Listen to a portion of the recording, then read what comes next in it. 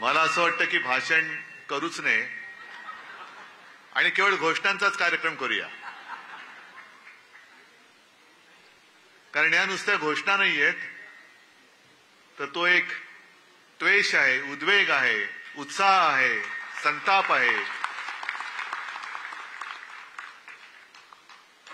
पण नुसत्या घोषणा देऊन निवडणुका नाही जिंकता येणार. जसं आता हे मिंदे सरकार करतंय, घोषणांचा पाऊस आणि अंमलबजावणीचा दुष्काळ. आपल्याला नुसत्या घोषणा करून नाही चालणार. राजन, तुम्ही सांगितलं, मी दोघांची भाषणं ऐकत होतो आपल्याप्रमाणे. त्याच्या आधीची भाषणं काही मी ऐकू शकलो नाही. राजेजी बोललेत, आणखीन ज्योतिताई तुम्ही बोलल्यात, प्रत्येकाने आपापले विचार मांडले. पण राजन, तुम्ही जे बोललात ते फार महत्वाचं आहे. दुबार मतदार नोंदणी आणि कलेक्टरना सांगून सुद्धा त्यांनी काही केलं नाही. 3 महिने थांबा. मग हे सरकारी कलेक्टर आणि मेंढ्यांचे कलेक्टर माहिती आहेत ना, एक चांडाळ चौकडे आहे म्हणतात. हे सगळे कलेक्टर कुठे पाठवतो ते बघा. यांना तुरुंगाचे गज मोजायला लावूया, कारण ही काही गंमत नाहीये. हे ठाणे जे उभं राहिलेलं आहे त्याच्या मागे शिवसेना प्रमुखांचं प्रेम, ठाणेकरांचं शिवसेना प्रमुखांवरचं प्रेम आणि ठाणेकरांची शिवसैनिकांची मेहनत, अपार मेहनत. ही मेहनत जर झाली नसती तर मेंढ्यांची दाढी उगवलीच नसती. विषय अनेक आहेत आणि संजय यांनी उत्तम भाषण केलेलं आहे. आता उत्सुकता नमक-हराम 2 ची आहे. समोर दिसतोय, पण तो जगाला दाखवायचा आहे. फक्त संजय एकच, ती नागाची उपमा दिली. नागाचा कमी काय अपमान करू इच्छित नाही. हे तर मांडूळ आहे, गांडूळ नाही, मांडूळ, दुतोंड्या, ज्याला फणाच नाहीये. सरपटणारे प्राणी आहेत. फणाला सुद्धा एक स्वाभिमान लागतो. हे मोदींसमोर वळवळणारं मांडूळ आहे. ते तो उल्लेख केलास ना, दिल्ली समोर लोटांगण घातलं, कारण हे स्वतः सरपट्ट आहे. रोज आपलं घालीन लोटांगण, म्हणजे पॅन्ट तिकडे झालं ती खराब नाही होत, फोन आला कीच खराब होते. जसे असाल तसे या, नशीब पॅन्ट घातलेली असते, हे ताबडतोब जातात. पण या भगव्या सप्ताहाचा समारोप होतोय आणि या भगव्या सप्ताहाचं मूळ, त्याचं कारण हे दुबार मतदार नोंदणी, आपले मतदार नोंदणी, यादी वाचन हे करण्यासाठीच होतं. आणि हे तुम्ही सगळ्यांनी केलं असेल असं मला वाटतं. केले? सगळे विधानसभा मतदारसंघ या जेवढे लोकसभेत येत आहेत तेवढ्या सगळ्यांमध्ये आपले गटप्रमुख आहेत. आवाज नाही आला? हा खरा आवाज आहे की खोटा आवाज आहे? मी बोललोय म्हणून हो नका बोलू. यंत्रणा घट्ट आहे, कारण गेल्याच वेळेला त्यांनी लबाडी करूनही जिंकलेले आहेत.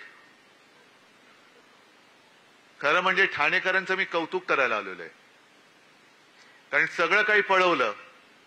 जोर जबरदस्ती, पैशाचं वाटप, एवढं करून सुद्धा 5.25 लाख ठाणेकर आपल्या सोबत निष्ठेने आणि प्रेमाने उभे राहिले. 5.25 लाख. ती बाजूला आपली वैशालीताई बसलेली आहे, साधी महिला कार्यकर्ती, समोर मिंद्याचं कार्ट, स्वतः मिंदे. तरी सुद्धा या माझ्या कार्यकर्त्या महिलेचा पराभव करायला विश्वगुरूंना आणावं लागलं. हा आपला विजय. जवळपास 4.25-4.5 लाख मतं कल्याणकरांनी दिली. हा सर आपला विजय आहे, कारण आपल्याला लांडी लबाडी करून काही नकोय. जे काय आहे ते हक्काचं पाहिजे, प्रेमाचं पाहिजे. विकत भाज्या घेता येतात, मतं विकत नकोय आम्हाला. मतं नाही विकत घेत आपण कधी. आणि प्रचंड पैसा ओतून सुद्धा ही एवढी मतं मिळवली, तरी सुद्धा विजय समोर दिसत नाही म्हणून लांड्याला बड्या केल्या. ती मुंबईमध्ये एक आपल्या अमोल कीर्तीकरांची सीट 48 मतांनी पराभव होऊ शकतो आपला मुंबईमध्ये? होऊच शकत नाही. ही चोरलेली सीट आहे.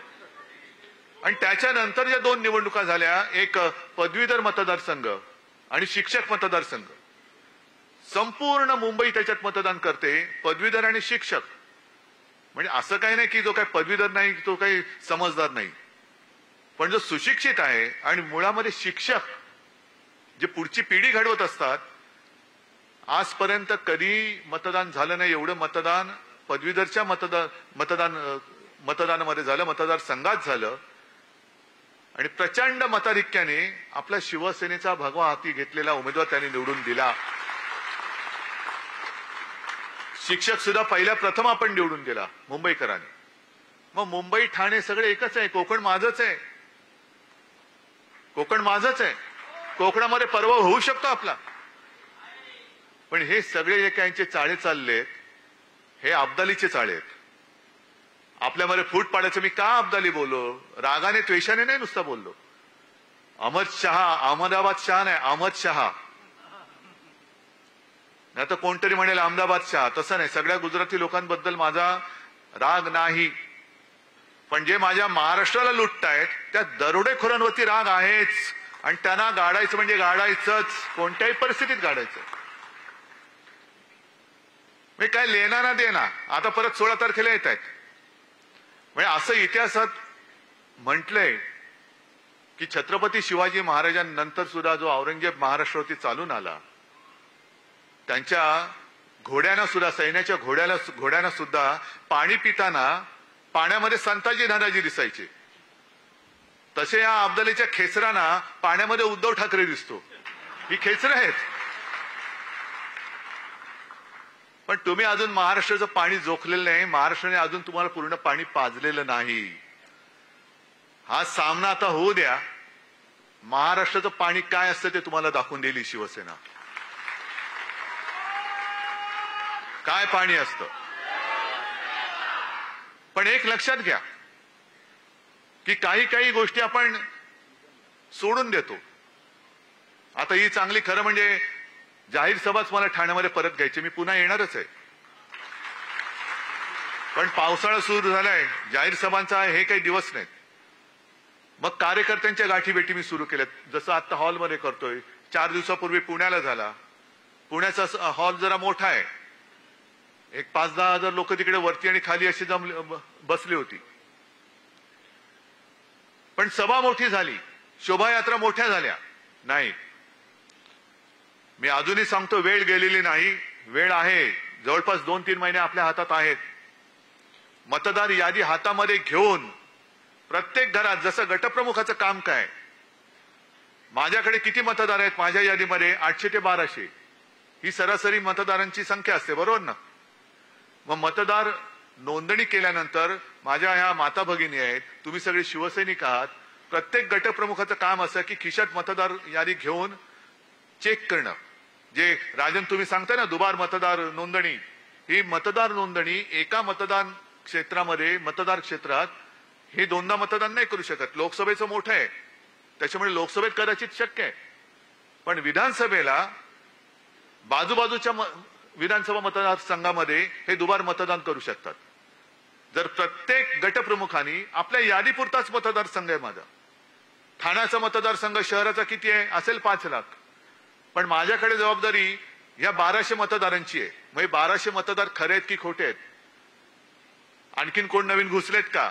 जे जुने होते ते बरोबर जागेवर आहेत का? आणि मतदानाच्या दिवशी सुद्धा मतदान केंद्रापर्यंत त्यांना नेण्याची जबाबदारी ही आपण जर का घेतली आणि त्यांना मतदान केंद्रापर्यंत नेलं, तर मला असं वाटतं त्यांनी किती पैसा ओतू द्या, किती योजना ओतू द्या, आपला विजय झाल्याशिवाय राहणार नाही. फक्त त्याच्यात तुम्ही गफलत करू नका. हे थोडंसं तुम्हाला मी वेगळं सांगतोय, कारण संजयनी चांगलं जे काय सांगायचं सांगितलंय. पण संघटनात्मक जे काम आहे म्हणून तर त्याला संघटना म्हणतात. नुसता काहीतरी जमाव आला तर फटाके फोडेल, नाही तर हिंसाचार करेल, पण तसा जमाव नकोय मला. मला संघटनात्मक काम करणारे माझे सैनिक जे आहेत हे माझं सैन्य आहे. म्हणून मध्ये मी जे बोललो ना मुनगट्टीवारना, की अरे तुम्ही माझा पक्ष चोरलात, सगळं चिन्ह चोरलं, सगळं चोरलं. तेही कमी पडतंय म्हणून तुम्ही लंडनला जाऊन वाघनखं घेऊन आलात. पण आता वाघनखं आणि मुनगट्टी वार काहीच जुळत नाही, काहीच जुळत नाही. पण ही वाघनखं तुम्ही जी म्युझियम मध्ये ठेवलेत ती कदाचित एक प्रतीक म्हणून ठीक आहे. त्याच वाघनखाने अफजल खानाचा कोथळा काढला असेल किंवा नसेल ह्याचा काही पुरावा नाही असं त्या म्युझियमनी सुद्धा म्हटलेलं आहे. पण महाराज शिवकालीन ते हत्यार आहे, छत्रपती शिवाजी महाराजांनी ते वापरलं होतं म्हणून त्या वाघनखांबद्दल आम्हाला आदर आहेच. पण आत्ताच्या काळातली वाघनखं ही आहेत जे माझे सैनिक आहेत, ही वाघनखं आहेत. आणि म्हणून मी अब्दालीला घाबरत नाही, येऊच दे. ज्या ज्या वेळेला महाराष्ट्रावरती संकट आलं तेव्हा जे महाराष्ट्राने एक तेज दाखवलं ते तेज पुन्हा दाखवण्याची वेळ आलेली आहे. आता सुद्धा यांच्या ज्या काही योजना आहेत 1500 रुपये देत आहेत. अहो 15 लाख देणार होतो तुम्ही, 15 लाखाचे 1500 का झाले? प्रत्येकाच्या खात्यामध्ये भाई और बहनों, जो विदेश में पैसा पड़ा है ना तो सगळा आणला तर तुमच्या खात्यामध्ये 15-15 लाख रुपये असेच येतील. मग त्या 15 लाखाचे 1500 का केलेत? वरची शून्य कोणाच्या खिशात गेली? मिंध्याच्या. कारण जाऊ तिथे खाऊ हा यांचा धंदा आहे. आज सुद्धा ठाण्यामध्ये ती जी एक योजना आणतात क्लस्टर, चांगली योजना, चांगली आहे. त्या घरांना तिथल्या लोकांना घरं मिळाली पाहिजेत. पण टांगावा काय करायचा, देखावा काय करायचा की सरकारी योजना आहेच, कंपनी सरकारची आहे महाप्रीत. पण यांची महाप्रीत यांच्या लाडक्या कॉन्ट्रॅक्टरवरती आहे, लोकांवरती नाहीये. ही जी प्रीती आहे त्यांची म्हणजे प्रेम आहे ते कॉन्ट्रॅक्टरसाठी आहे. आणि कॉन्ट्रॅक्टरना ठरवून हे स्त्रियांचे धंदे अनेक वर्ष चाललेले आहेत. जे कॉन्ट्रॅक्टर ठरवणार त्यांनीच टेंडर भरायचं. आता सुद्धा तुम्ही महापालिकेत जाऊन विचारा, ठरलेल्या कॉन्ट्रॅक्टरनाच कामं दिली जातात, दुसऱ्या कोणालाही काम दारामध्ये सुद्धा उभं केलं जात नाही. ही ठाण्याची परिस्थिती आहे. आणि ठाण्याची परिस्थिती महापालिकेची एवढी वाईट झालेली आहे. इथे काही माझे नगरसेवक सुद्धा असतील किंवा ज्यांना महापालिका कळते तेही आहेत. राजन जे तुम्ही सुद्धा आहात, हे राजन इथले राजन आमचे तुम्ही पण आहात, सगळेच महापालिकेत मधले लोक आहेत. ठाणे महापालिकेला कर्जाचे डोहाळे लागलेत, कर्जबाजारी होते. कोणी केली कर्जबाजारी? कुठे गेले पैसे? संपूर्ण जिल्ह्यामध्ये रस्त्यांवरती खड्डे, राज्यभर खड्डे, खड्डेच खड्डे. म्हणजे सगळीकडे खड्डे पाडून वरती आमच्यावरती बोटं दाखवली जात आहेत. ह्यानी घोटाळा केला, ह्यानी घोटाळा केला. अरे 3 महिने थांबा. तुमची सगळी जी काही मित्र परिवार आहे, होय मित्र परिवार आहे, तो आम्ही उघडा केल्याशिवाय राहणार नाही. हे आज त्यांना मी इशारा देतोय. तुम्ही करा. तुम्हाला जर वाटत असेल की तुम्ही घोटाळे करताय पण आमचं लक्ष नाही, आमच्याकडे आम्ही सुद्धा 2.5 वर्ष मी स्वतः मुख्यमंत्री होतो. गेल्या अनेक वर्ष महापालिका ही शिवसेनेच्या ताब्यात आणि याही पुढे राहणार आहे. ठाणा काय, मुंबई काय, इतर सुद्धा. त्याच्यामध्ये त्या महापालिकेमध्ये सुद्धा जी काही लोक अधिकारी आहेत, ज्यांना जनतेबद्दल प्रेम आहेत, ते बरोबर माहिती आमच्याकडे देत असतात. हे जरा निवडणूक होऊ द्या, मग बघा आम्ही काय करतो ते. जरा होऊ द्या. पण सगळीकडे वाट लावून टाकतायत. आणि म्हणून मी तुम्हाला एक प्रश्न विचारतोय की तुम्हाला आपल्या राज्याचं मंत्रालय मुंबईत हवंय का अहमदाबादमध्ये?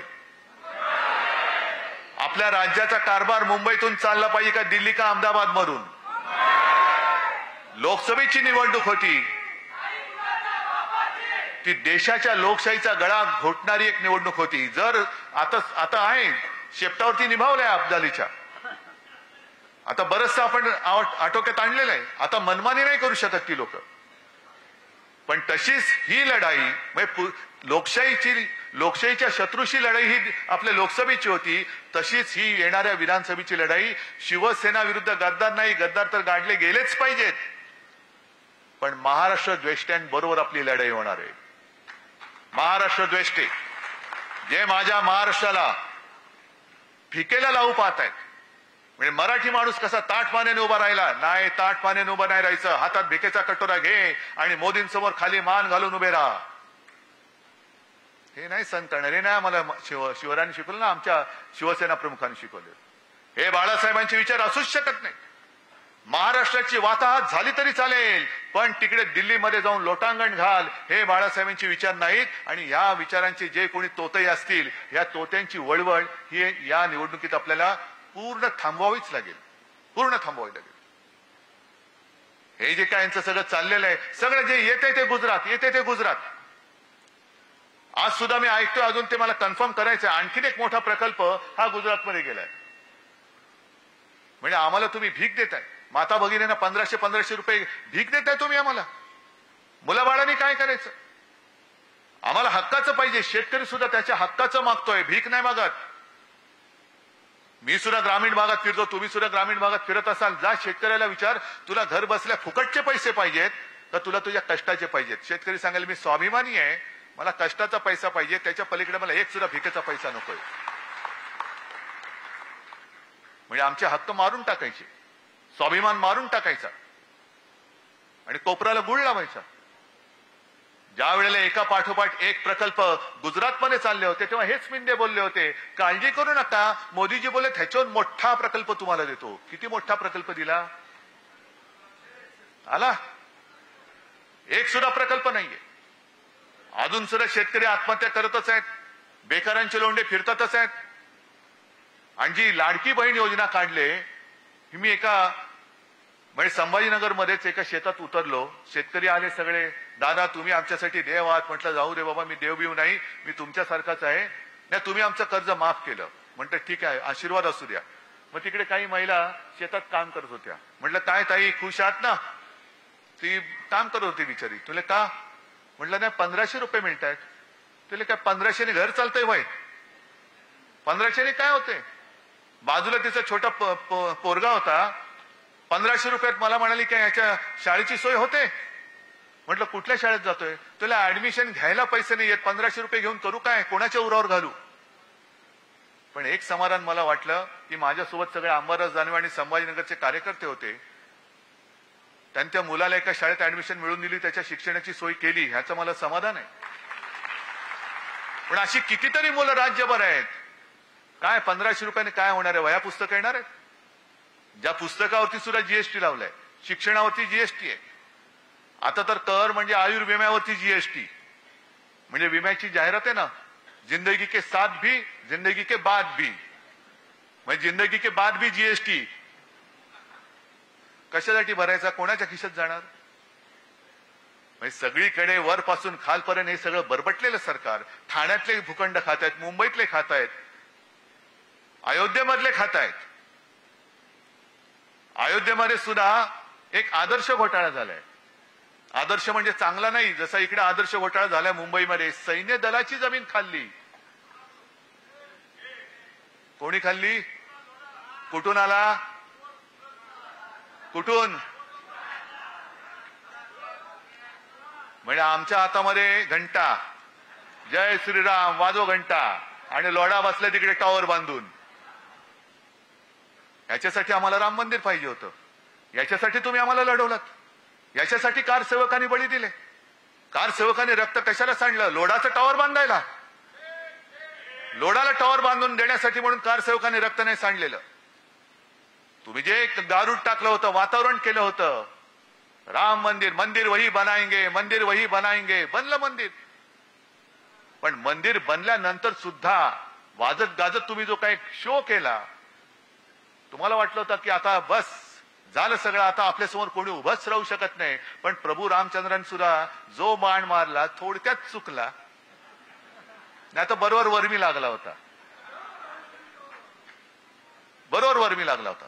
पण सगळीकडे गुजरातचे कॉन्ट्रॅक्टर कॉन्ट्रॅक्टर कॉन्ट्रॅक्टर कॉन्ट्रॅक्टर, वाराणसीमध्ये कॉन्ट्रॅक्टर, अनेक मंदिरं पाडलेत. शंकराचार्यमध्ये घरी आले होते. माझं भाग्य समजतो मी की शंकराचार्य आले आणि त्यांनी हिंदुत्वाचा अर्थ सांगितला. जो विश्वासघात करता है वो हिंदू नहीं हो सकता, हिंदू कभी विश्वासघात नहीं कर सकता. पण शंकराचार्य सुद्धा चिडलेले आहेत आणि त्यांनी स्वतः सांगितलं की केदारनाथ मंदिरामधलं जवळपास 250-250 किलो, आता तर म्हणतात काही जण 500 किलो सोनं गेलं कुठे?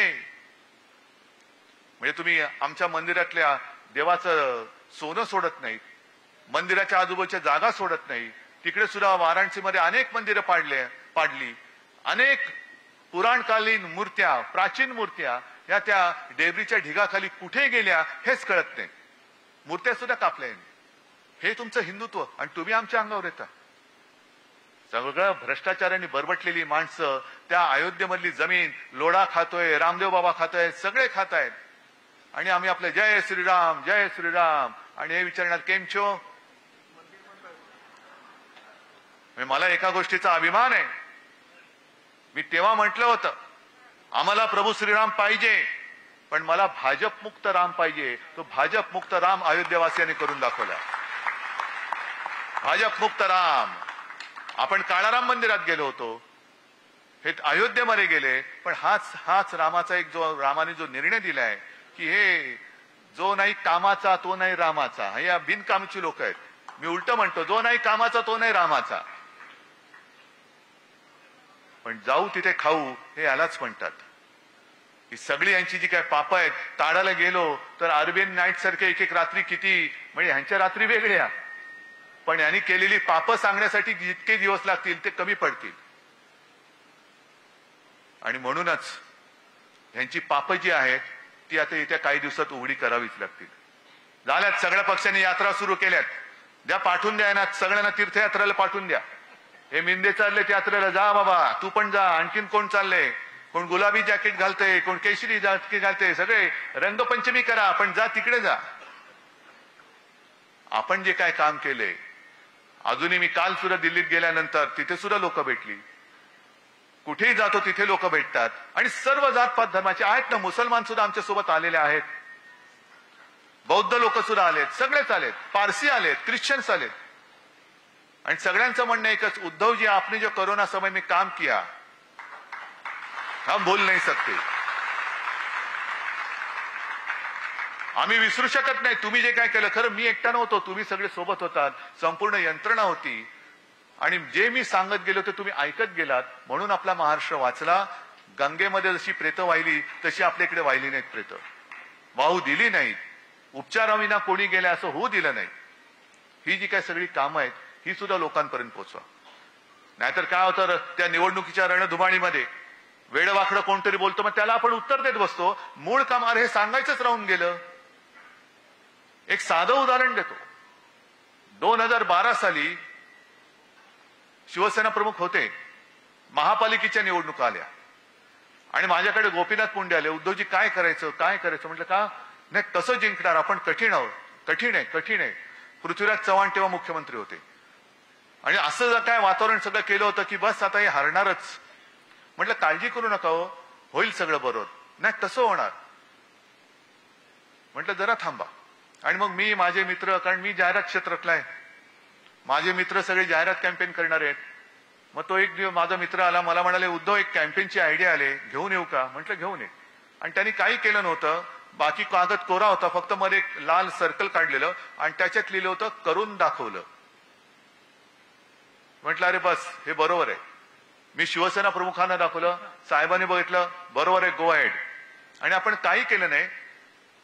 12च्या आधी 5 वर्षामध्ये मुंबई महापालिकेत जी जी कामं केली होती ती फक्त त्याचे फोटो आणि चित्र ही होर्डिंगवरती लावली, पेपरमध्ये दिली आणि खाली फक्त टाकलं करून दाखवलं. मग सगळीकडे सगळ्यांनी चर्चा सुरू केली, वरून दाखवलं खालून दाखवलं. म्हटलं कुठूनही बघा पण आम्ही करून दाखवलंय. लपून बघा, चोरून बघा, वरून बघा, कुठूनही बघा पण करून दाखवलंय. मग सगळी चर्चा झाली आणि मग रिक्षावाले सुद्धा बोलायला लागले, टॅक्सीवाले बोलायला लागले, अरे हा ये तो हुआ है, अरे हा बरोबर आहे. सगळे भाषिक बोलायला लागले आणि 2012ची महापालिका आपण जिंकली, ती कामाच्या जोरावरती जिंकली. मुळामध्ये काय, हातामध्ये तलवार आहे, बरोबर आहे. तलवार पेलाला मनगट पाहिजे, पण मनगटापेक्षाही मन पाहिजे. जर हातात तलवार आहे पण लढायची जिद्दच नसेल तर तलवार काय करणार, तलवार काय करणार. मन पाहिजे, होय मी जिंकणारच. म्हणून मी जे काय बोललो रंगशारदामध्ये, लढायचं कसं, तर लढायचं या जिद्दीने लढायचं की लढाई आहे, ही निवडणूक ही लढाई आहे आणि या लढाईमध्ये ह्याच ईर्षेने उतरायचं. एक तर तू राहशील ना तर मी राहीन. मी परत बोलतोय. आणि तू आणि मी म्हणजे मी उद्धव ठाकरे एकटा नाही, मी म्हणजे तुम्ही, महाराष्ट्र प्रेमी, शिवप्रेमी, शिवसेना प्रेमी, बाळासाहेब प्रेमी, आणि तू म्हणजे महाराष्ट्राला लुटायला आलेला दरोडेखोर, तू म्हणजे त्या दरोडेखोरीच्या पाय चाटणारा गद्दार, मांडूळ. बा आता लोक म्हणतील हे याने एकदा ढेकून म्हणतात ना मांडूळ. अरे मी जीवप्रेमी आहेच, मी जंगल वाचवायचं काम केलं होतं. तुम्हीच जे आरे होतं, अरे मी वाचवत होतो, तुम्ही आलात आणि ते आरे कापून टाकलं. मग करू काय? त्याच्यामध्ये काय काय प्राणी राहतात हे तुम्हाला सांगितलं, नाव दिल्याशिवाय तुम्हाला कळणार कसं ते? मांडूळ, मांडूळ म्हणजे काय? मिळेल आरे मध्ये जा बघ. ढेकूण नाही मिळणार कदाचित, कारण ढेकूण रक्त शोषतो.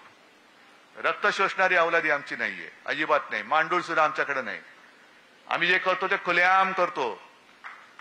चालून जायचं तर छातीवरती, समोरासमोर, पाठून वार करणारे नाहीत आम्ही. आणि हे सगळं जे काही करायचंय त्या विधानसभा निवडणुकीत करायचंय.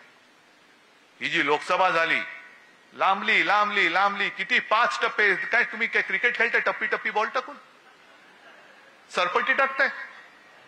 5 टप्प्यात महाराष्ट्राची निवडणूक. पण आता मला कळतंय, कानावर येते की कदाचित नोव्हेंबरमध्ये निवडणूक घ्यायचं यांचं घाटते. का? तर लाडकी बहीण या योजनेचे किमान ऑगस्ट, सप्टेंबर, ऑक्टोबर, नोव्हेंबर म्हणजे 4 हप्ते जर का महिलांच्या हातात गेले तर त्यांचा विश्वास बसेल की हे देतात बुवा. हे देणारी लोक नाहीये. ही अशीच एक योजना सुशील कुमार शिंदेनी केली होती. एक कधीची 2004 किंवा तेव्हाची निवडणूक असेल, मला आठवत नाही. संभाजीनगरमध्ये आपल्या कार्यकर्त्यांचं शिबिर होतं आणि शिवसेना प्रमुख बोलून गेले की माझी म्हणजे शिवसेनेची सत्ता आली तर मी शेतकऱ्यांचा कृषी पंपाचं वीज बिल माफ करून टाकेन. सुशील कुमार शिंदे बसले होते, आता आपल्या सोबत आहेत. पण त्यांनी काय केलं? मुख्यमंत्री होते, ताबडतोब योजना अंमलात आणली. शेतकऱ्यांना 0 रकमेची बिलं पाठवायला लागले. शेतकरी खुश झाला, हे देत आहेत तर ते कशाला पाहिजे, हेच देत आहेत. परत निवडून दिलं काँग्रेसला. काँग्रेस सत्तेवर आली, सुशील कुमार शिंदेची विकेट पडली, विलासराव देशमुख आले. आणि विलासराव देशमुख सत्तेवरती येताच क्षणी पुढच्या महिन्यापासून दामदुपटीने बिल पाठवायला लागले शेतकऱ्यांना. आणि मग जाहिराती आला, बिल भरा नाहीतर तुरुंगात. हे तशी यांची योजना आहे. हे फसवी करायला. आणि तुम्ही किती पैसे दिले तरी मी माझ्या महाराष्ट्राच्या किमतीला महाराष्ट्र विकून मला तुमची भीक नको, हे महिलेने ठरवायला पाहिजे. आता आहे ना, जिजाऊचा महाराष्ट्र आहे, झाशीची राणी मेरी झाशी नाही दूंगी. तसे हे अब्दाली येत आहेत, आपला महाराष्ट्र लुबाडायला येत आहेत. 1500 रुपये लाच देऊन आपला महाराष्ट्र, शिवरायाचा महाराष्ट्र ते विकत घेऊ पाहतायत. तुमची मुलं बाळ ते बेकार ठेवू इच्छित आहेत. सगळे उद्योगधंदे गुजरातला नेऊ पाहतायत, नेता आहेत. तरी सुद्धा आपण 1500 रुपयावरती महाराष्ट्र विकणार आहोत? हा निर्धार आपण केला पाहिजे. ठीक आहे, योजना आहे, लाभ जरूर घ्या, कारण हे तुमचेच पैसे आहेत. हे काय यांच्या खिशातले नाही आहेत, हे पैसे तुमचेच आहेत. आता तर आणखीन करतायत. जसं मोदींनी केलं होतं, ते रथ पाठवले होते गावागावात, आठवतं ना तुम्हाला? मोदी रथ, मोदी सरकार, मोदी सरकार. आणि अक्षरशः गावकऱ्यांनी त्यांना पलटा भोई थोडी करून ठेवली होती. ते मोदी सरकार आहे की भारत सरकार? कोणाच्या योजना आहेत? मोदींनी काय घरच्या खिशातनं योजना दिल्यात? नाही नाही नाही, तसं नाही, तसं नाही, तसं नाही. हे मोदी सरकार काढ आणि भारत सरकार लिहि, नाही तर चालतो या गावातून. मग तसंच आता हे करतायत. 50,000 योजना दूत, 50,000, प्रत्येकाला 10,000 रुपये महिना. मग त्याच्यामध्ये सुद्धा ही चांडाळ चौकडी, खोटी नावं, जशी दुबार नोंदणी केली ना तशी खोटी नावं टाकून त्याच्यातले पैसे परत काढणार. हा मोठा दूध घोटाळा आहे. आणि तुमच्या योजना ज्या तुम्ही केलेल्या नाहीत, अरे कागदावरती काही लिहू शकता, पण अंमलबजावणी कुठे? मग यांचीच माणसं, यांचेच चेले चपाटे, यांचेच कार्यकर्ते, त्यांचे सगळे कुटुंबीय हे या दूतांच्या नावांमध्ये घुसवणार आणि त्यांच्या माध्यमातून पैसे काढणार. हे दूत महाराष्ट्रामध्ये फिरता कामा नयेत. हे नाही फिरता कामा. त्याच्यासाठी जाहिराती करतायत, करोडो रुपये उधळतायत. आणि तरी सुद्धा आम्ही ह्यांची टाळ किटून काय भजनं गायची? ही निवडणूक त्याच्यासाठी आहे. हा भगवा सप्ताह त्याच्यासाठी होता. मला एका गोष्टीचा अभिमान आहे, जी मी एक सूचना दिली होती. आपला भगवा हा फक्त भगवाच असला पाहिजे. त्या भगव्यावरती मला चिन्ह नको. भगवा शिवछत्रपतींचा, कुठे शिवाजी महाराजांनी चिन्ह टाकलं होतं? अरे हा शिवाजी महाराजांचा भगवा, हा यांचा भगवा, हा त्यांचा भगवा नाही. भगवा एकच, हिंदुत्वाचा भगवा, शिवाजी महाराजांचा भगवा, तोच बाळासाहेबांनी आपल्या हातात दिलेला भगवा आहे. हा भगवा तर घ्यायचाच. पण दुसरी गोष्ट, जो लोकसभेच्या वेळेला आपल्याला प्रचार करायला वेळ मिळाला होता तो मशालीचा. आत्तापासून मशालीचा प्रचार करा, घराघरामध्ये आणि प्रत्येकाच्या हृदयामध्ये ही स्वाभिमानाची मशाल पेटवा. कोर्टाचा निकाल कधी लागेल सांगता येत नाही. मी अनेकदा म्हटलेलं आहे की कोर्टाकडनं न्याय मिळेल, मला खात्री आहे, मला आशा आहे. पुढच्या 5-50 वर्षामध्ये हा निकाल लागल्याशिवाय राहणार नाही. आणि हसायचं काय त्याच्यामध्ये? अरे हसताय काय? 2 वर्ष तर झाली. अपात्रतेचा निर्णय आता लागला, आता लागेल बघा 5-6 वर्षामध्ये. पण तोपर्यंत झाली, माणसं म्हातारी झाली, निवडणूक विधानसभेची टर्म संपली. तसंच माझ्या नाव आणि चिन्हाचा लागेल निकाल, पुढच्या 5-50 वर्षात, 100 वर्षात लागेल. पण तोपर्यंत आपली जी मशाल आहे ती मशाल हीच लोकशाही गाडणाऱ्या लोकांचं बूट जाळण्यासाठी मशाल आहे. लोकशाहीची हत्या समोर होते तरी सुद्धा डोळ्याला पट्टी लावून बसणारी जी माणसं आहेत त्यांना जरा तो लोकशाहीचा चटका काय असतो ते दाखवणारी ही मशाल आहे. त्याच्यामुळे शाखांच्या बोर्डवर असेल, अगदी भिंतीवरती असेल, सगळीकडे आता धनुष्यबाण नाही, मशाल आणि मशाल. अजूनही मला जी माणसं सांगतात की अरे उद्धवजी आम्ही तुम्हाला मत द्यायचं म्हणून गेलो, मत दिलं, नंतर कळलं आम्ही चुकून धनुष्यबाणाला मत दिलं. हे आहे, हे नातं आहे, हे नातं आहेच किंवा होतं.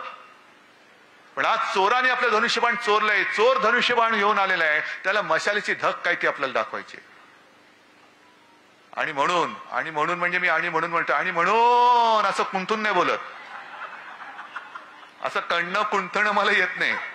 आपण सरळ बोलतो आणि म्हणून ये जो है वो जो मशाल जो है वो मशाल जो है वो धनुष्यबाण जो है वो ऐसा नाही बोलायचं, सरळ बोलणार आहे. हे पहिले सुपारी थूक तोंडातली. ये जो काय हे जो आणि म्हणून हे या एक काहीतरी पोट साफ करायचं द्या औषध, यांचं कडनं तरी साफ होईल. ते औषध या निवडणुकीत त्यांना द्यायचंय. आणि मला माहितीये हे तुम्ही औषध द्यायला सगळे हुशार आहात, देणार ना औषध. या वेळेला जो एक निसट्टा आपला पराभव झाला, या वेळेला मला ठणठणीत विजय पाहिजे.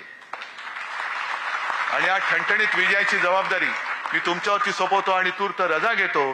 जय हिंद, जय महाराष्ट्र.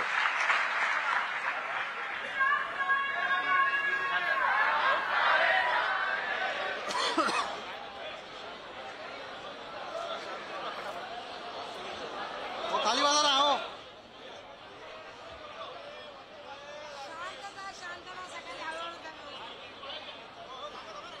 शांतता